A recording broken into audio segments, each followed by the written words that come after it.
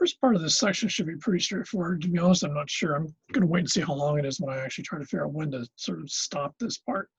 Because when you're looking at economics and politics, they're very much so closely interrelated that it's really hard to, sort of divide them. That's true, as you've already figured out, it's true of a lot of the stuff in anthropology, but this area probably especially. So let me sort of flip a little bit of this. Most societies till relatively recently did not have an idea of what's oftentimes called private land ownership, that an individual could own property. Now, the system that I was partially raised in doesn't have this concept. And to be honest, that makes more sense to me than the idea that I can own property. I just have a hard time visualizing that. I can understand owning stuff. I can own a car, I can own a phone, I can own stuff like that, but I don't understand how I can own land. I can't like exactly pick it up, throw it in the back of my car and go drive and put it somewhere else. So this concept is probably, let's do that first and we'll go back in the phases, because this is one of the big things that does change. The idea that people have use rights to land. In other words, I have the right to farm in a spot and say you don't. Or you have a right to transit through an area and I can't stop you. Those are called use rights to land. Every society has that, because at some point, people are going to stumble over each other. Everyone's going to try to pick the best spot to farm. They're going to do a big argument about, hunting in the same place or whatever.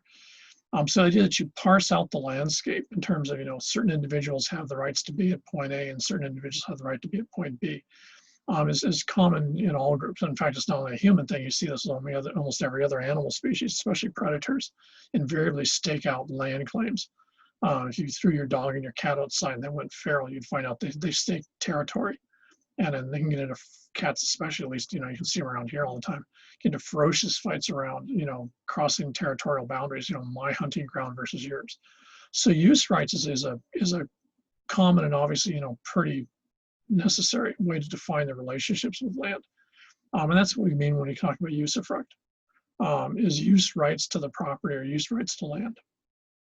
Now, if you flash back to when we were talking about kinship, this ties back, at least in Polynesian societies and in many other societies, including most Native American groups, this ties back in the concept of clan. And if you think about it, it makes sense. If you have the idea of an ancestor making something, so, using my typical example, say Kamapuaa is seen as having made the Valley of Kahana on the island here of Oahu, then he leaves his descendants the right to use that property because they are his descendants. So they have the use rights or usufruct rights to Kana through their relationship with the ancestor, Kamapuaa, the pig god. There's not the attitude that they can then buy and sell it. Two different concepts. They don't own it. They have use rights to it. So it's like someone loaning you something, or your grandma letting you stay in her house. You have the use rights, but you don't have the ownership rights. And in many societies, there is no concept of the ownership of land any more than the concept of ownership of water. Now, in the modern American concept, it seems sort of silly because a huge part of the American system is based on the idea of private property ownership. And Americans see that as not only a given, but also they have a hard time fathoming how you could survive in a system without it. But let me give you an alternative example. In the American system, at least today, there's no concept that you own air. You don't have to go and buy 10 cubic feet of air. You just have the right to use it. And you could argue in the same way, air is in globally, pretty much as far as I know, is a usufruct right. It's a use right. American society, despite this idea that land ownership is, quote, natural, doesn't have this for other things. One of the huge differences here legally in Hawaii versus much of the mainland United States is in Hawaii, water is considered usufruct. Water is use right based. This has been the source of a huge number of contemporary and still going on lawsuits here about water rights. On much of the mainland, water is actually owned.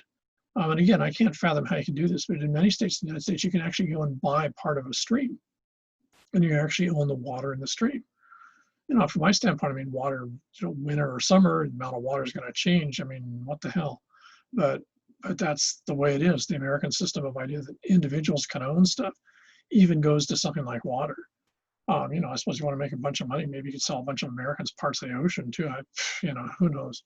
But it's a very strange system where you start to think about the ramifications of boundaries and ownership. So most societies don't have that. Most societies have usufruct rights. And that's what was here in Hawaii until 1845 to 1850 with the Mahele, when they switched over to the idea of individual owned property. And to be honest, a large part of the Hawaiian population, especially the commoners of Maka'anana, never got it. And a lot of Hawaiian families even today have a really hard time sort of fathoming the idea that you can own a piece of property and say to someone else, no, you can't go there, even if they either have, family relationships to that property or else past rights to that property. And this, of course, is a hugely contentious issue in Hawaii in 2020, and it's not unique to Hawaii. It's in a lot of places. So usufruct rights are the norm for most societies. In some societies, becoming ever more common in the 21st century is the idea of individual land control or land tenure. And this didn't exist. Now, if you actually want to look at something, want to continue sort of in the contemporary issues, you think of the whole issue of the Chinese control of the South China Sea going on right now, which is getting pretty close to a lock and load. You find that what they're actually at is the Chinese are actually not only arguing individual land control, or at least sovereign land control, but they're also talking about actually owning water. And in this case, they actually mean an ocean. So, in late 2020, it's gotten to the point where I wouldn't be too surprised in the next 20 or 40 years, people start to actually say, I own 300 cubic meters of ocean off of Waikiki or something like that. We live in strange times. For most folks, that's unfathomable. And for Hawaiians into the mid-19th century, it made no sense. How could you own property? You didn't actually own it, ancestors owned it. So people weren't even in a position of ownership that would belong to godlike things. As much of the world has moved into a Western financial and economic structure, in many societies, land tenure or land control has now become one of the main revenue streams for governments, which is why it happened here in the mid-19th century, was to make money for the government. And that's been a really difficult thing for many people to grasp. And almost invariably when you do this, someone gets shafted, which is why you have a lot of conflict in a lot of the world right now, is in many cases based entirely around access to land, use rights versus ownership, that type of thing. So anyways, just sort of keep that in mind. Okay, so back to the production phases. These are pretty straightforward. The book has them in there. And then actually, if you think about it, if you're familiar with the words, they're pretty self-explanatory. The thing that's probably hardest to remember, which actually has come up now with, I think, what they call the paleo diet, unless I'm mistaken, is the fact that the human species was never designed to sit down and be a couch potato, nor work on Zoom. We're by our physical design, and in fact, our heritage for the last couple of million years, we were largely grasslands or tree, open tree area predators or semi-predators. We were omnivorous. We used to cruise around in groups, just like a gang does now. And we used to mug anything that was small enough to eat and run away from anything that was too big.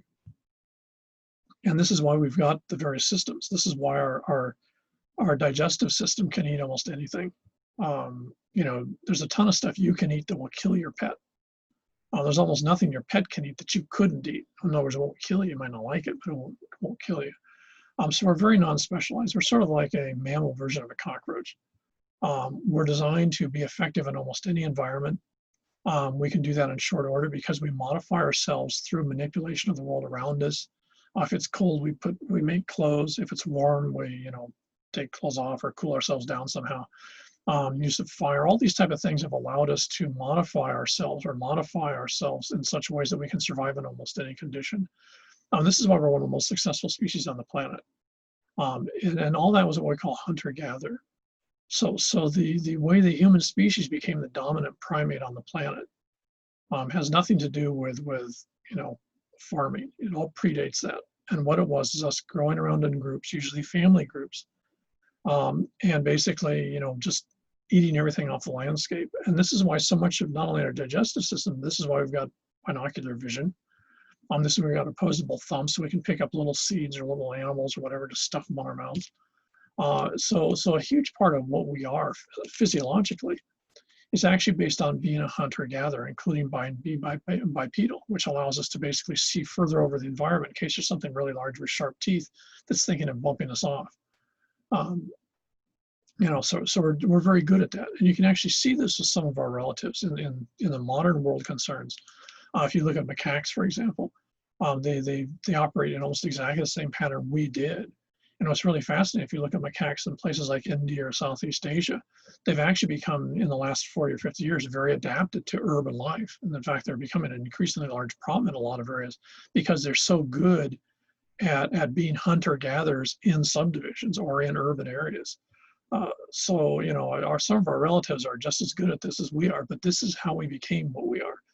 Now, of course, what happens is as you start to change the pattern of existence in terms of how you survive, then a lot of those physiological aspects that were peculiar and particularly effective in a hunter-gatherer situation, having fairly high mobility, having decent vision but not great, having decent vision but not superb, having decent smell but not great, all were part and parcel of a package that made us really good at what we did. But it didn't mean that we're not as good as anything else. If you have a cat or a dog, their sense of smell and their sense of hearing is completely off the chart compared to you. So they're better at some stuff, but they're both carnivores, they're both predators. So they're very specialized animals. We're not. And this is our success story. Now, like I said, if you suddenly find yourself then in an agricultural situation, or say in 2020, where you're sitting at home, then you go drive down to McDonald's to get something to eat, then if you think about that, that's where the problem is. Things like obesity, stress, et cetera, are in very many ways directly related to the fact that we are not physiologically designed for the world we've made for ourselves. We're physiologically still designed for a world of wandering slowly around a landscape in a group and interacting and basically eating that landscape. And then when we're done with it, we move on to the next piece of property. That's what we did, and that's what we're still designed to do. Anything including sitting in a car and going down the freeway doesn't count, if you want to think of it that way. So the hunter-gatherer phase is important just because it's how our species became dominant. Having said that, you can actually probably say legitimately in 2020, there are no actual hunter-gatherer societies left on the planet. There are still groups of parts of societies that are still hunter-gatherers. There's still the Ogton in the northern Luzon region. There's still, some small groups like the Yanomami, for example, in northern Brazil. But the vast majority, even of those groups, have now moved into a more sedentary or modern, if you want to think about the way of doing it. There's no group on planet Earth that entirely survives on hunter-gatherers anymore. And that says something when you think about it. The very thing that we were so good at, we don't practice anymore. So for that, what happens is at some point in time, some guys get around, they're sort of lazy, and they're thinking, oh man, I don't want to walk across the valley and go over to some place to get that stuff. And, one genius among them realizes that, for example, if you're eating avocados, if you throw some of the avocados because they were too rotten and you just leave them there and they crack open, then lo and behold, the avocados will sprout right there next to you. And someone goes, hey, wait a second, rather than walking across the valley to get the avocados, why don't I just bring some of those avocados back over here and I'll plant them next to here. I'll just set them on the ground next to here and they'll grow and then I won't have to walk across the valley anymore. So this is what we call horticulture. Horticulture is the manipulation of plants and to a certain extent animals, but it's in their natural environments. So you're not taking something somewhere else per se in terms of a different environment. You're just moving it around in its environment. This allows you to, in a much more efficient way, control what Mother Nature gives you. Otherwise, you're just walking around the environment to where Mother Nature put an avocado tree. So this way you're able to control not only where it is, but to a certain extent how many there are. So one of the side effects of moving from hunting, gathering to horticulture is that you can massively increase your amount of food availability. So you're becoming more efficient, if you want to think of it that way, in the sense of food production efficiency. Now, of course, the side effects of this is you're also becoming more vulnerable because now what you do once you've increased your food is per Malthus is an equation, what happens is the number of people increases. The more food you have, the more babies people make. That's basically the way it works. And so in that situation, once you start to increase your population, very quickly you're going to end up to a population up here that can't go back to being hunter-gatherers unless a bunch of them die off. So whereas your population base here could be hunter-gatherers in the environment and be comfortable at it, now you've got a lot more people because it's now horticulture because you're actually moving crops around. You got them where you want them. So you can have a lot more people. You can even be maybe partially sedentary. We just stay in the same place. You don't wander around the landscape anymore. But if something happens to that food, Whereas in this situation, you were always highly mobile, the population was small. So if you end up with a drought in one spot, you just pick up your feet and you just go somewhere else.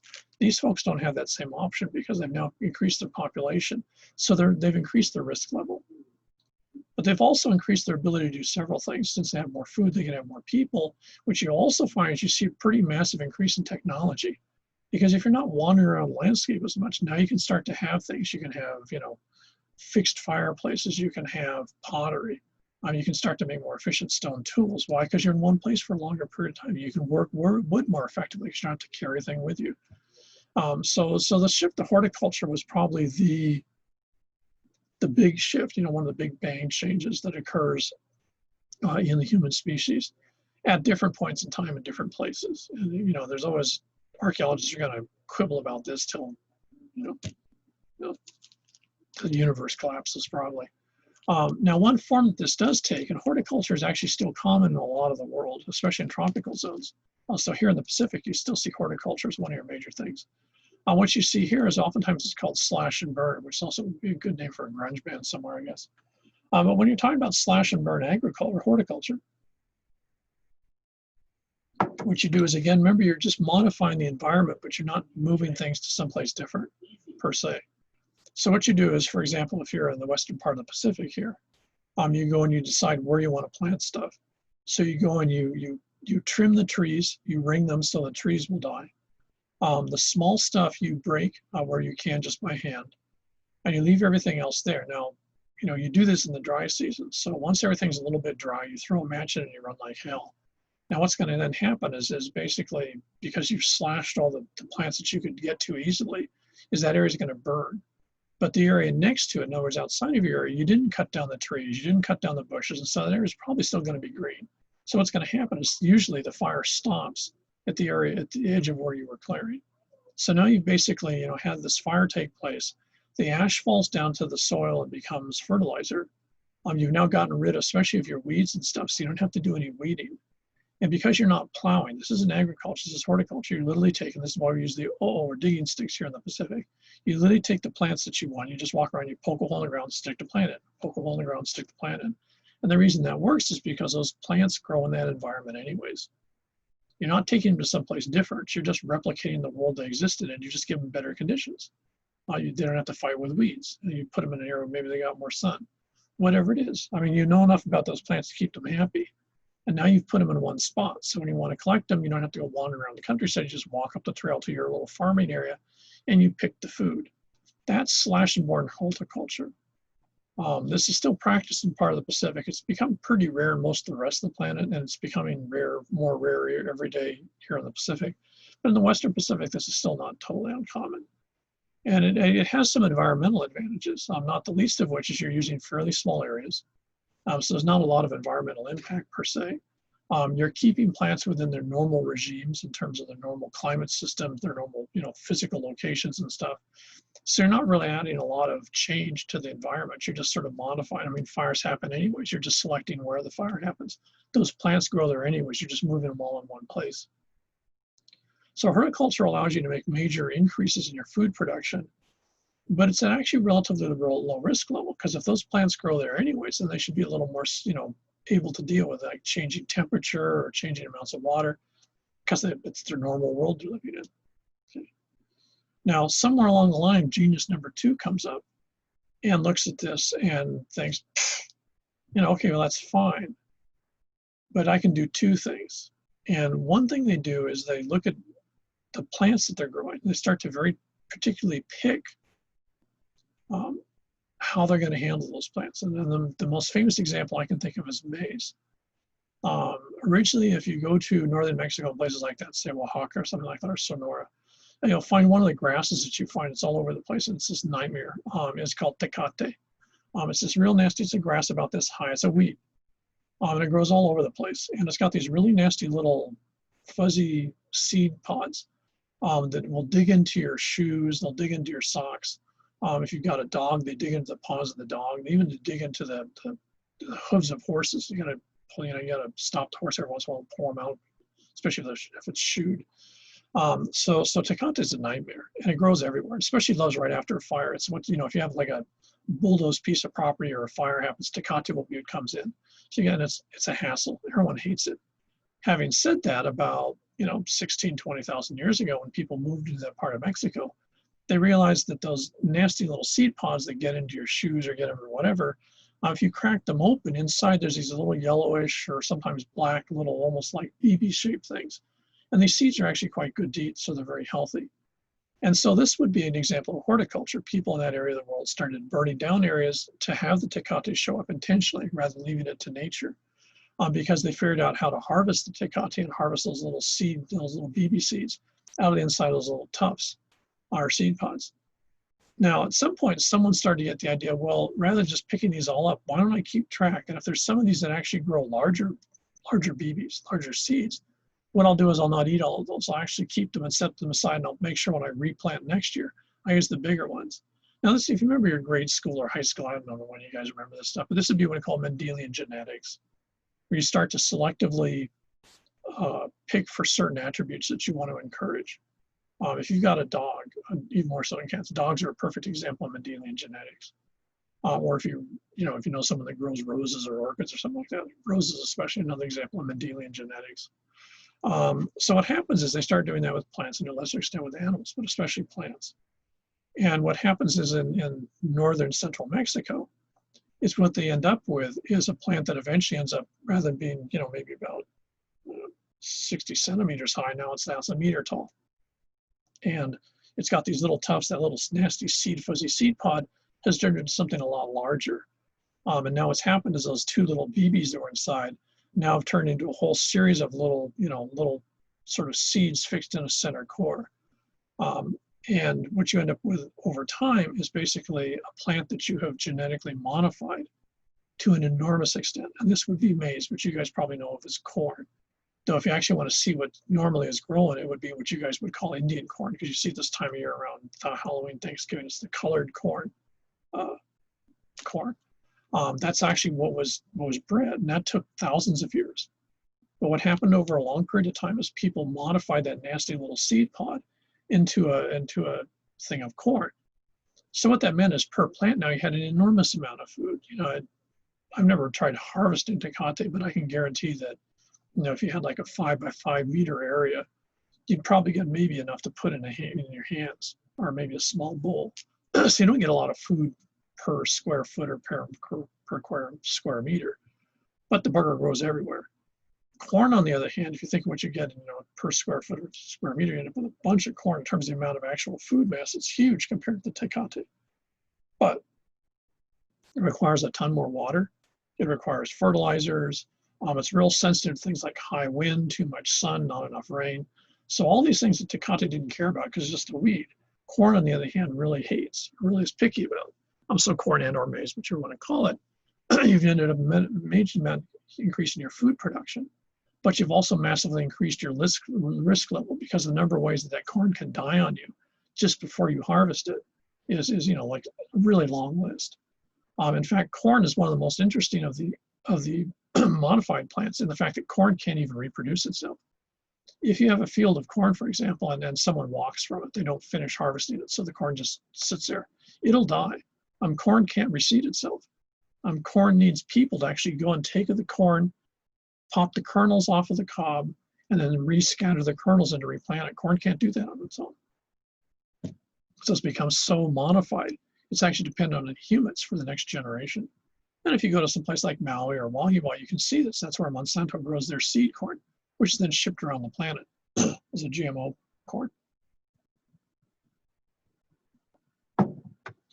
Now, what you get out of this is an enormous increase in food production.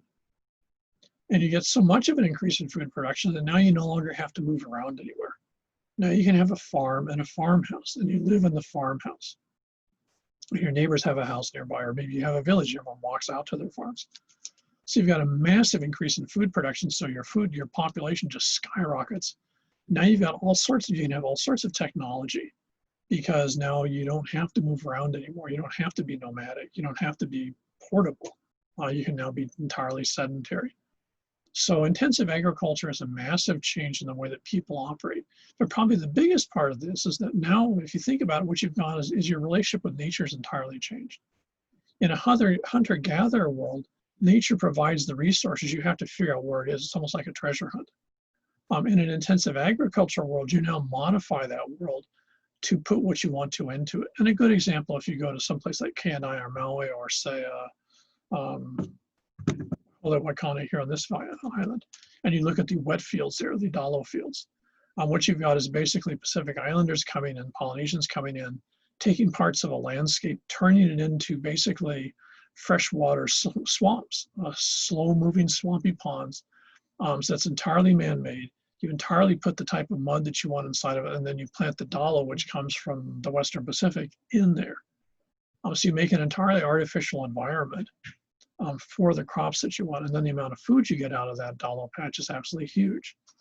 So that's intensive agriculture. Intensive agriculture massively increases your food that you have available if everything works right. But your risk level is also massively higher. That's why you see famines every year. And it changes completely your dynamic of the relationship. Now you look at a landscape and you try to figure out, okay, what can I do with that landscape? So I can guarantee you when the Hawaiians first showed up and looked at Palolo, they didn't look at it in terms of what Palolo has to offer. They looked at it in terms of what they could turn Palolo into, which is a massively different way of looking at a landscape than, say, more, the older system, which is, what can I get from this landscape? What I can turn the landscape into is a very different way of looking at the world around you. And that's the way that you had here in Hawaii. Now, remember, this is all within usufruct. So just a note. One of the alternatives that occurs with intensive agriculture, didn't occur prior to that, is you get some folks or in some regions where you can't do agriculture. So in those areas, what happens very frequently is you go and you basically turn animals into your thing that you exploit. You modify and reshape and variously breed those animals till you get what you want out of them, and then you raise those animals and move around the landscape with them. So it's sort of like the reverse of keeping one place and moving the plants to it. In this case, what you do is you modify the animals, then you follow the animals. A classic example would be a modern sheep. Sheep are a fascinating example because they're intentionally bred to be stupid. And trust me, if you've ever had to deal with sheep, the boogers are seriously stupid. But that's what you want. If you're someone who's got a herd of sheep, the last thing you want is a smart sheep. Those buggers are going to be all over the place. I mean, they climb trees, do whatever the hell sheep do, and they're going to be gone. You're not going to be sheep. You want dumb sheep, ones that can barely figure out know what's up and what's down and what ends the nose and what ends the tail, because then they're going to be so dumb they're just going to go where you tell them to go. For example, it's time to have it, eat a sheep, then they're going to sort of look around and wonk one and whack one of the sheep. The other ones are going like, whoa. You don't want smart sheep. You don't want survival-oriented animals. You want seriously dumb, dependent animals. In the same way that corn is dependent on people, you want the sheep to be dependent on people. And that's pastoralist. A pastoralist system is a nomadic system based on herd animals rather than a system based on plants. So you move across the landscape, which is sort of the moving part, but the animals remain constant. One of sort of the side notes, just as a sort of a trivial pursuit thing, is if you look at pastoral societies, a good example would be Mongols in Central Asia, you find that they actually don't consume that many of the animals. You use the products of the animals. This is where yogurt comes from, for example. So you use the yak milk, but you don't kill yaks a lot. Very rarely do you actually kill a yak. You need the products off the yak. Yak doo-doo, for example, becomes your fire briquettes. That's what you use for heat. The milk off of the yak is what you use for both drinking materials, but it's also, for food. It's a very efficient food resource. So pastoralists depend on their animals. So if you think about it, if you depend on the animal, you can't go around killing them all the time. So they don't eat steak, they don't eat yak steak a lot, but they have a lot of yogurt too. Now this all radically changes when you start to get into sort of like a maximal version of intensive agriculture, because all these systems we've gone through so far are what we call subsistence systems. Their main function is to provide food for the people who are part of the group. So it might be an immediate family, it might be an extended family, whatever's. But your main thing that you do is you grow food and you eat it. And this is still what you see, for example, in say much of Samoa or Tonga, for example. Families raise the food. They have field systems, and what they do is they feed their family off of the field systems. Oftentimes this is now called self-sufficiency, but what's really is subsistence. The families subsist off of their own resources. Depending on where you are on the planet, it changes. But in a lot of different areas, which you get around anywhere from 5,000 to 7,000 years ago, as you start to get a realization that if you work a little bit harder, if you work a little bit more efficiently, or whatever you want to phrase it as, you end up with surplus. And whereas surpluses in many areas would just be because we had a really good harvest this year, maybe. What you end up in some societies, the idea that if you really make the population work harder, you can have basically perpetual surpluses. And then what happens is, this is where it ties into politics. Then what you can get is people in charge who basically demand access to the surpluses. This is what the word taxation comes from, food tax. And this is what you see again in places like Samoa or Tonga. There's some people in those societies that don't do a lot of farming. There'd be folks in charge, and everyone under them provides them with their food. So this becomes, once you start to get this idea of surplus, and you start to idea that, then you also have the idea with it that if you've got a surplus, then you can trade that surplus for someone else's surplus of something different. So I can trade sweet potato to someone else down shore that's got dried fish. I end up with some of his fish, he ends up with some of my sweet potato. And you start to get the move into economic systems here. Now, somewhere along the line, in a number of societies, what happens is you start to get the idea also that, okay, what I really want is something that's not nearby. So if I got sweet potatoes, it really doesn't make any sense for me to lug 200 pounds of sweet potato completely across the island, which is what I want to get. We'll say someone's got a canoe I want. I really want part of that canoe, but it's too much hassle for me to move the food around. So if someone comes up with the idea of some way to basically collaboratively agree on what things are worth, in other words, what their value is, so we do a valuation versus before where it's just sort of a trade, then what happens is now we can actually end up with something like cash. So I take it to someone, that person buys my sweet potatoes from me, and they give me some sort of a cash. Here's an example of a replica of a Chinese cash that'd be about 2,500 years old.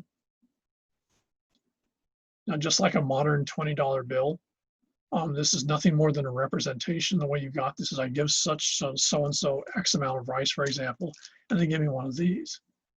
Now that I've got this, I can go take it to someone else and get clothes, or I can get a horse, or I can get whatever it is I can buy with this.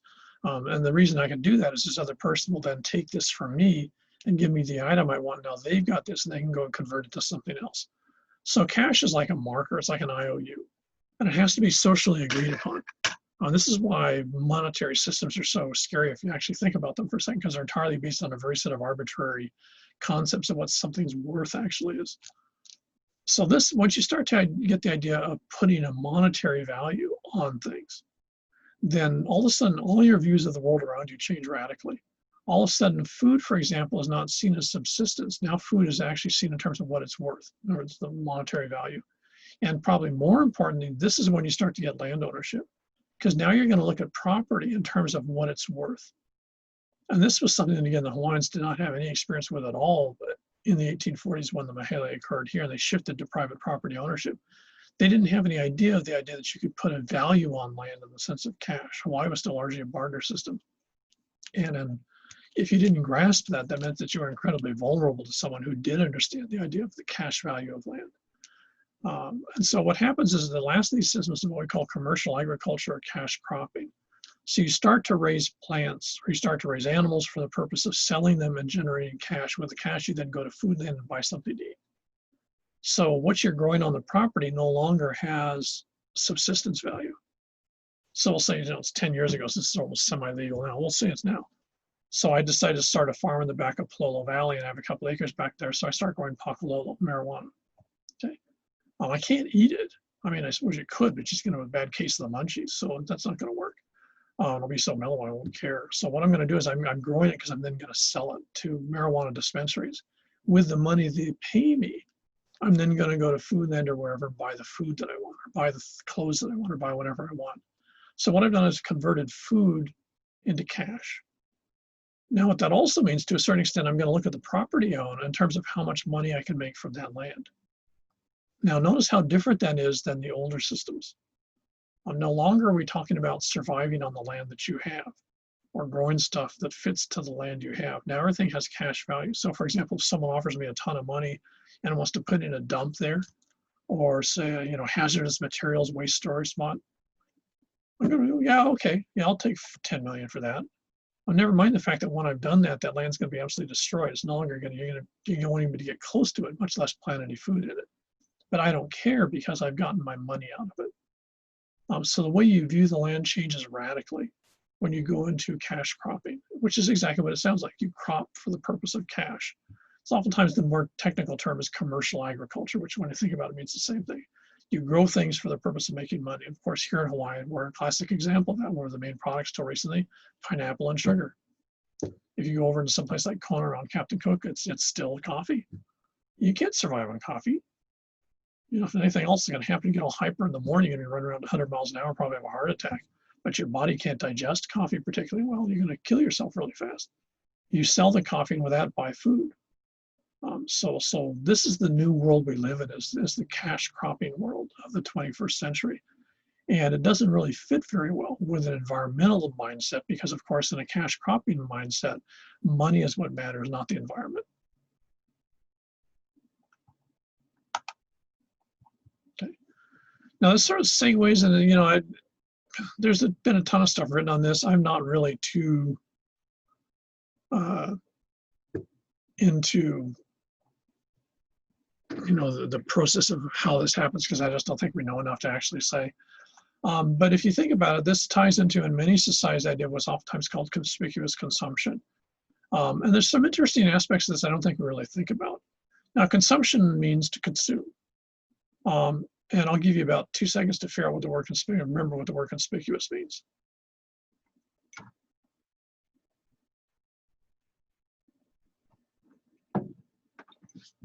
Okay, hopefully y'all figured it out. Conspicuous means to be seen. And there's also sort of a summary of that, of wanting to be seen.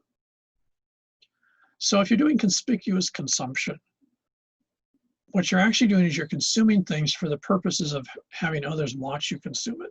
Now, it could be something that you actually consume, for example, something you eat. It could be something you wear. It could be something you have with you. There. I had this out and I'm waving this around. This is actually was made of gold or something like that. There's a whole mess of different ways to tell time. See if we can get everyone hypnotized here. What I'm actually doing with this is what I want you to do is see how sophisticated I am by the fact that I have this thing. Don't get carried away because this is actually a cheaper reproduction, but anyways. So this would be a good example of conspicuous consumption. Traditionally, if you had something like this, which had to be wound, you were saying something about the fact that you wanted to keep regular time.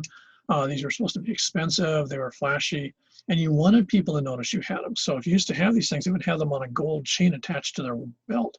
It's called a watch fob. Biker still wears something like this.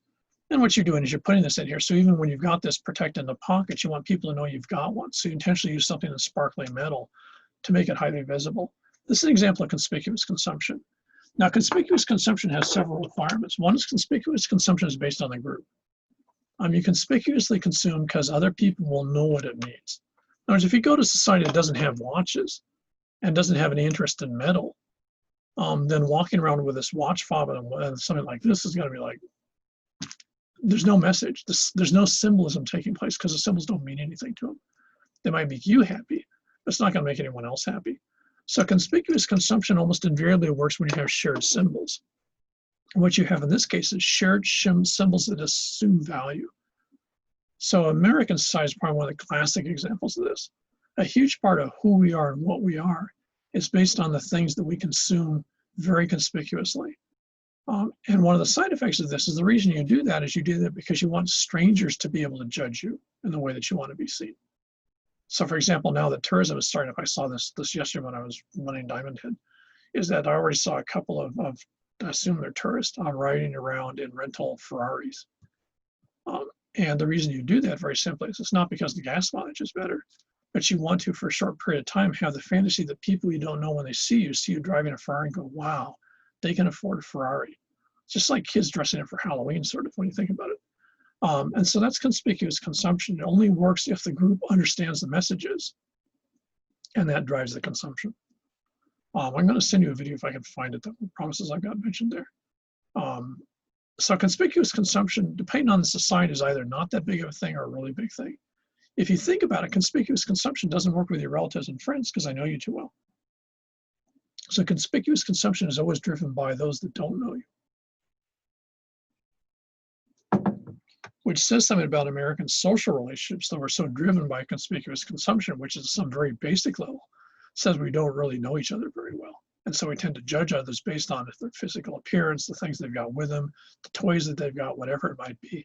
And that becomes the basis of the decisions that we make about them. So we're very superficial in our knowledge of others. Other societies tend to have very different ideas of how this all plays out. So let's stop there and I'll finish up the peasant. I'll do the peasant stuff in the next session.